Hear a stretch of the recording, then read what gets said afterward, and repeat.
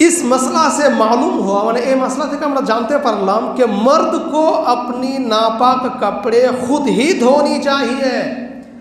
সহবাস করলেন, মিলন করার পর সেই কাপড় অপবিত্র কাপড় নিজের হাতে সেটাকে ধৌত করা দরকার।